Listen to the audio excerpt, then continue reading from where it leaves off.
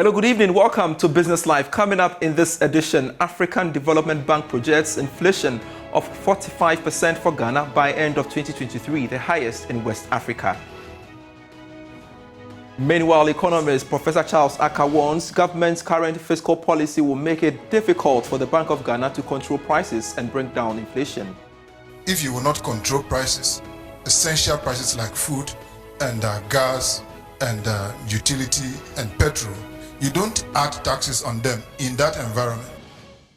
Plus, Bank of Ghana challenges claims of not securing Parliament's approval before extending significant financial support to government. We will be engaging officials of the central bank. We have details of these and many others lined up for you. Please stay.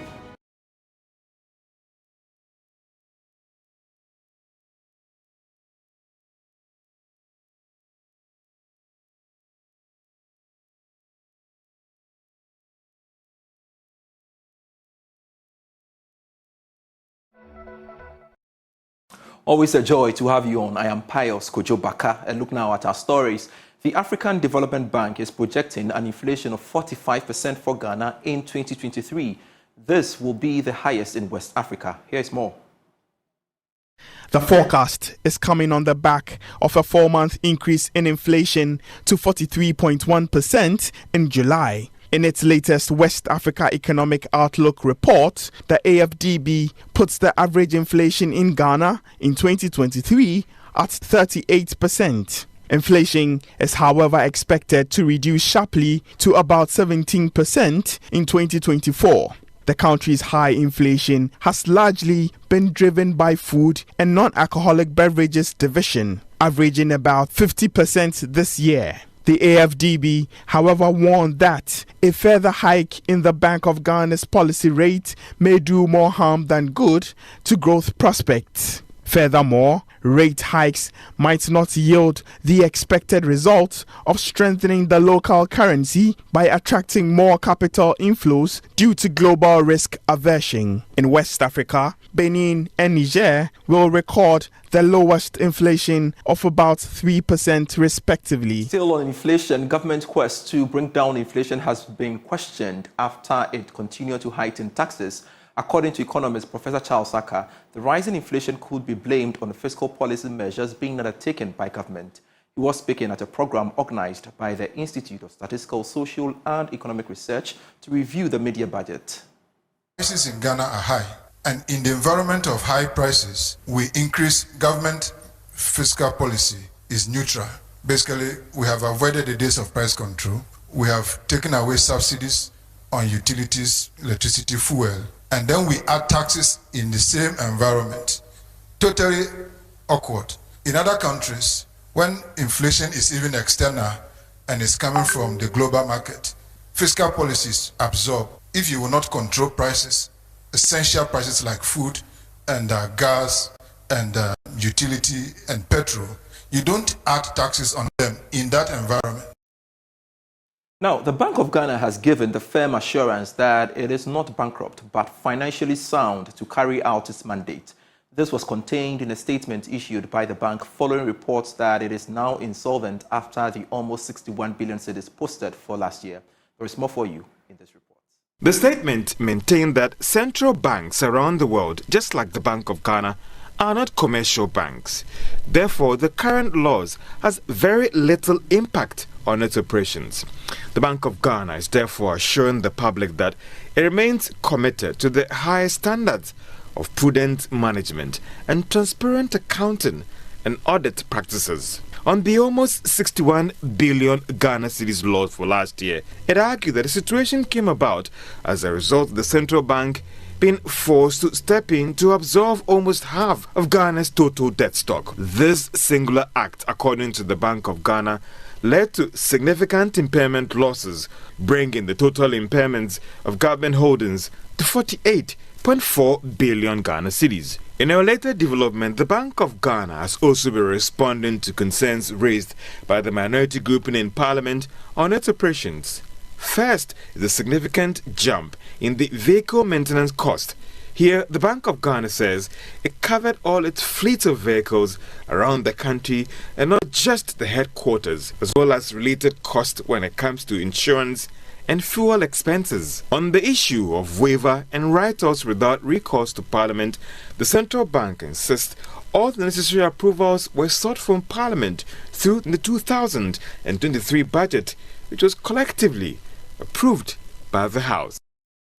Let's stay a while longer with them because they have been challenging claims of not securing Parliament's approval before extending financial support to government as well as taking haircuts on its bonds. This was contained in a statement issued by the bank in response to concerns raised by the minority group in Parliament. My colleague George Yafe has the rest of the story. The bank in a statement claims that the domestic debt exchange program, which it participated, had been approved by Parliament. The central bank also claims that, based on its financial reporting standards, government decision to embark on this program also meant that it had to report these losses on its books. It claims that all these conditions were needed for the Bank of Ghana to participate in the program. The bank in a statement argues that it was compelled to take this action to save the entire financial system and the economy. The Bank of Ghana argues the failure to do so would have made it difficult for Ghana to secure an IMF program to stabilize the economy. Meanwhile, senior finance lecturer at the University of Ghana Business School, Dr. Benjamin Amwa, has indicated that the central bank is not as independent as is being purported on paper. According to him, this leaves the central bank with no choice than to support the government. Speaking of the marketplace, Dr. Amwa said the economy will come to a halt if the central bank rejects requests to support government. That will indirectly mean bringing the economy to a halt, and that will be dangerous for all of us. If you look at the stakeholder group that we dealt with, the commercial banks had to sacrifice, the investment companies had to sacrifice, insurance companies had to sacrifice, even individuals were called upon to sacrifice. So there's no way that within this debt burden sharing arrangement, the central bank would have exonerated itself. It will not work. Why wouldn't it work? It will not work in the sense that the central bank's biggest headache was how liquidity within the economy can be assured. By and large, the central bank has been successful, together with the Ministry of Finance, to make sure that when we go to the banks to withdraw, to make requests for our money, we have it in the midst of the debt exchange program. Two, we still had to meet that quota set for us by IMF to qualify for the program. With all the sacrifices that these stakeholder groups have made, it was still not enough. We needed that big support, and that big support will only come from the central bank. We should not forget, the central bank is owned by the central government and the Ministry of Finance. The single shareholder of the central bank is Ministry of Finance. Anytime the central bank makes profit, it goes to Ministry of Finance. So if there is any loss, which in this case has been caused by the Ministry of Finance, it is just an issue of the central bank not being in a position financially, reporting losses as a result of Ministry of Finance's desire and approach of selling instruments to the central bank and the central bank purchasing these instruments. That is where we are coming from. But we should not forget that the central bank is directly under, of course, the constitution that the central bank is independent. But if you look at the board structure of the central bank, we have a Ministry of Finance rep on the board. That should clearly tell you that the central bank is not as independent as it is on paper. Definitely, the physical side, the monetary side must work. And in this case, it is not unusual that the central bank had to come in to bail the government out of this difficulty. A while longer within the financial space, and Chartered Institute of Credit Management has reaffirmed its commitment to improving credit risk management system within Ghana's financial sector. According to the Vice President and Chairman of the Award Selection and Planning Committee of the Institute, Christian Tichijan, it will explore diverse ways to work closely with the financial sector players to expand their operations and promote standards. He was speaking at a virtual launch of the 2023 Ghana Credit Excellence Awards and the unveiling of the 2023 nominees. It is evident to the fact that the public, and for that matter, the corporate world, endorses what we are doing. As we take pride in the successes achieved by our awards, I wish to say confidently that the CICM is very proud of the various landmark achievements which have contributed immensely towards improvements in organizational performances. Being heedful of the achievements, the Institute has resolved to keep the stakes as high, as relevant as possible, so that the standards by which we assess financial institutions and individual performances are not compromised. We are committed to keeping the awards processes simple, transparent, as well as being fair. It is this level of commitment that has guided us as a responsive institution to constantly introduce new and progressive ideas, all aimed at adding value to our processes, as well as new award categories. And to some other stories, Chief Executive of the Driver and Vehicle Licensing Authority, Kwesi Agyeman-Busia, is advocating energy-efficient vehicles that will mitigate the impact of fossil fuels on the environment. Speaking at the mid-year review conference in Sunyani, Mr. Busia said such vehicles would complement efforts towards the promotion of a sustainable green future. Precious Semevo has more. The 2023 DVLA's mid-year review conference in Sunyani themed delivering quality service through service optimization, a panacea to consolidating our gains, is to assess performance so far and assess the implementation of issues from the previous year. The board chairman, Frank Davis, in his remarks, called on officers of the authority to develop a mindset that will make them empathize with the needs of clients and seek ways to exceed their expectations. Whilst we have made commendable achievements in streamlining services and reducing processing times, there are still challenges such as delays in printing driving licenses, attitudinal issues on the part of some staff, and the increasing cases of indiscipline and bad behavior, amongst many others. I wish to reiterate the board's firm resolve not to shield anyone who falls short of laid down procedures or sins against the authority's disciplinary code. Bono Regional Minister Justina Osubanahene appealed for a change in the region's vehicular number. The Eswa Brong Ahafo region has given birth to 3 regions. Our number plates still bear the label Brong Ahafo, denoted by BA. My humble plea is that in the coming year 2024, you may want to consider the issuance of a new plate that distinctly reflects the Bono region, perhaps with the code BR and BS. Chief Executive of DVLA, Kwesi Agyeman-Busia, said the authority is committed to a digital transformation that will bring convenient transactions to drivers and vehicle owners and make the authority a global customer-centric institution. Mr. Busia, however, advocated for energy-efficient vehicles that will mitigate the impact of fossil fuels on the environment. Advocating for the adoption of electric vehicles will herald a new dawn of clean and green transportation in Ghana. By promoting the use of energy-efficient vehicles, we should drive towards mitigating the impact of fossil fuels on our health and the environment at large.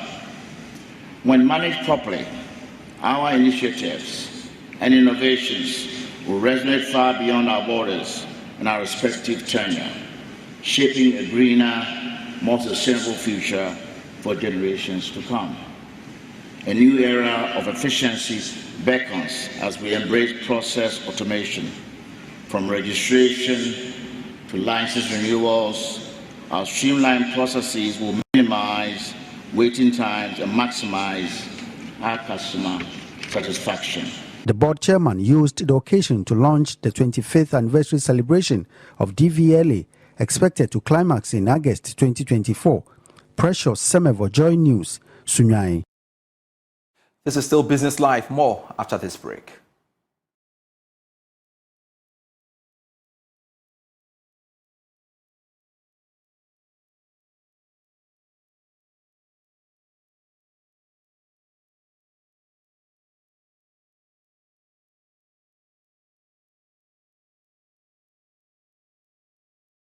Hello, welcome back. The Director General of the Social Security and National Insurance Trust, NIT, Dr. John Ofori-Tinkrang, has indicated that he has recorded organic growth in contributions in the past few months. The trust currently has 1.9 million active contributors. According to Dr. Ofori-Tinkrang, there is the need for more contributors to join the trust, especially those in the informal sector, to safeguard their future. You look at the growth rate of even our contributings when you adjust it even for inflation. We are seeing organic growth. We have seen an uptick in the number of people that are joining the scheme. Our active contributor base has grown from some 1.4 or so million a few years ago to now we are now looking at about 1.9 million active contributors. And those are just people who are giving us money regularly. But there are people who are contributing who, for one reason or the other, may not be giving us money regularly. So in terms of the number of people that are actually on our database, I think we have about some 4 odd million people, but the active contributors are about 1.9 million. But this number is on the uptick, and especially we are seeing an uptick in the self-employed persons who now know that they too can join the SNIT scheme to have a secure future. Now, the Chamber of Telecommunications is advocating for the translation of e-government services into local languages to enable women in rural communities access and benefit from the opportunities available through these services. Chief Executive Officer of the Chamber, Dr. Ken Ashigbe, made this call at a knowledge forum to launch GSMA's report on inclusive e-government services in Ghana. There is more in this report. The report, Inclusive E-Government Services in Ghana, Enhancing Women's Access and Usage, examines women's access to digital government services via mobile platforms for business in Ghana. The findings reveal that Ghanaian women face challenges in accessing these services due to affordability issues, low awareness, and inadequate digital skills.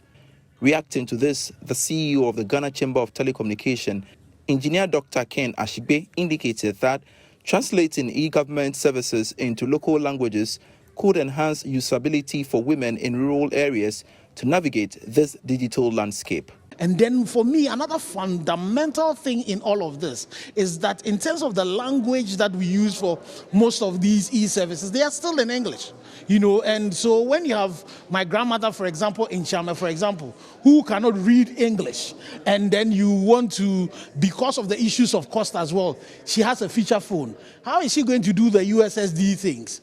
We need to find a way in which our technology people would be able to provide these services in their local language, not even just in text, but in video, in audio, and all of that, so that if my grandmother wants to buy or wants to sell something, he can speak to the device, and then the device will be able to tell it's actually her from her voice, from her face, and all of that.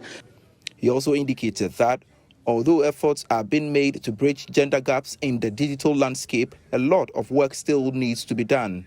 There's been quite some progress that has been made so far as the gender gap is concerned. And so if you look into the report, there are still some cultural challenges that exist. So there's a lot of work that needs to happen, and that's where it is important that government has, there's an alignment between the various policies that we have. So you see government pushing a lot of this, digitization, government pushing a lot of these digital services. It's good that now the Cybersecurity Authority has come. Very recently, you got about 400 of these lenders, being arrested and all of that. We need to ensure that a lot of trust will be built, in these systems. Senior Insight Manager at GMSA, Nigham Shahid, shared some of the findings identified in the report.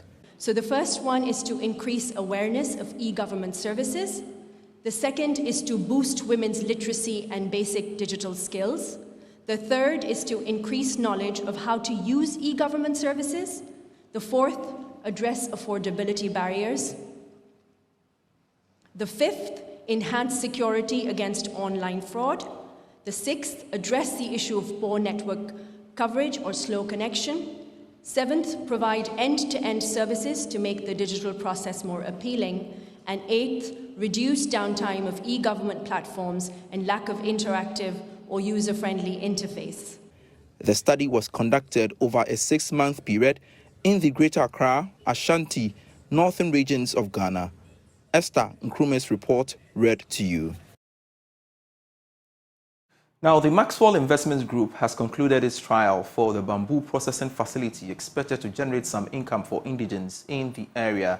The project, in partnership with its European partners, will cater for about 100,000 tons of bamboo annually when in full operation. Chief Executive of the group, Dr. Maxwell Ampon, explains that as a young business, more support is needed from private sector and other government agencies. Here's more. The reason for the setup of the facility is to impact lives and provide income for rural folks across the country. According to Chief Executive of Maxwell Investments Group, Dr. Maxwell Ampon, there is a ready market for bamboo products in Europe, hence the need to get more raw materials for processing.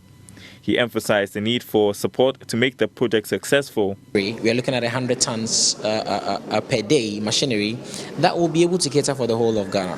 And the reason why we are so excited about this as well is because bamboo is it's technically a weed. It's all over the place.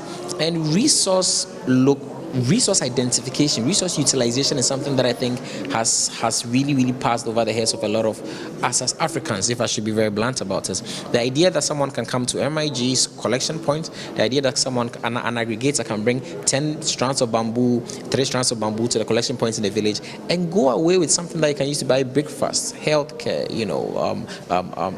pay for some essential need is what excites us at MIG with this project, because we do know that bamboo is in every single community, especially the rural communities.